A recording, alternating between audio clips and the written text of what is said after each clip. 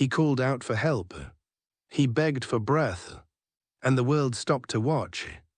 This is the story of George Perry Floyd Jr., a 46-year-old black man from Houston, Texas, whose final moments in Minneapolis would shake the conscience of the world. On May 25, 2020, George Floyd walked into a small store, Cup Foods, on the corner of 38th Street and Chicago Avenue. He had just finished his shift as a security guard at a local restaurant. He laughed with the clerk, picked up a pack of cigarettes and handed over a $20 bill. Minutes later, the cashier suspected the bill was counterfeit and called the police. It was an ordinary evening until it was. At 8:08 p.m., Minneapolis police officers Thomas Lane and J. Alexander Queuing arrived at the store. They found George Floyd sitting in a car with two friends. Lane tapped on the window, asking him to show his hands. The encounter was tense from the start. Within minutes, the officers pulled him out of the vehicle and handcuffed him. George told them he was claustrophobic. He said he couldn't get into the squad car. He said he couldn't breathe. Then Officer Derek Chauvin arrived with Officer Tu Thao. And everything changed. At 8:19 p.m., George Floyd was placed face down on the pavement. Officer Chauvin pressed his knee into George's neck.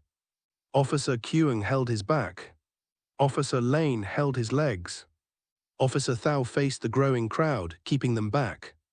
For 8 minutes and 46 seconds, the world would later replay that moment over and over again. The crowd pleaded. A teenage girl, Darnella Frazier, began recording with her phone. Her video would later go viral across the globe. George Floyd gasped, "I can't breathe."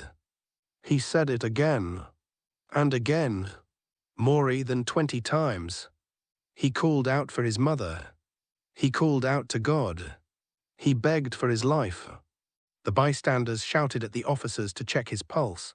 They warned them that he was no longer moving, but Chauvin didn't lift his knee. The officers didn't roll George over. At 8:27 p.m., after nearly 9 minutes of restraint, George Floyd lay motionless. Paramedics arrived. His pulse was gone. He was pronounced dead at the Hennepin County Medical Center. The world didn't just see another death. It saw a murder. And it was all caught on camera. That video spread like wildfire, first in Minneapolis, then across America, and then across the entire planet. The words "I can't breathe" became a global cry for justice. Protests erupted in all 50 U.S. states and more than 60 countries. Millions marched. Cities lit up with signs, chants, and fists raised in the air. The Black Lives Matter movement gained unstoppable momentum. For the first time in history, the world came together to say, enough is enough. The following week, Derek Chauvin was charged with second-degree murder, third-degree murder, and second-degree manslaughter. The other officers, Queuing, Lane, and Thao, were charged with aiding and abetting. The Hennepin County Medical Examiner ruled George Floyd's death a homicide, citing cardiopulmonary arrest due to law enforcement restraint, neck compression, and positional asphyxia. Independent experts confirmed the same. In April 2021, nearly a year later, millions around the world tuned in to watch the verdict live. The courtroom was silent. The world held its breath. The jury found Derek Chauvin guilty on all counts. Second-degree murder.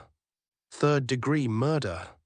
Second-degree manslaughter. He was sentenced to 22.5 years in prison. The other officers were later convicted or pled guilty in federal and state trials for violating George Floyd's civil rights. Justice was served, but the pain remained. George Floyd's name became a symbol, not just of injustice, but of change. His death sparked one of the largest movements in modern history. It led to police reform bills, corporate accountability, and a conversation that crossed color, culture, and continents. But beyond the headlines, George was a man, a father, a son, a brother, a friend.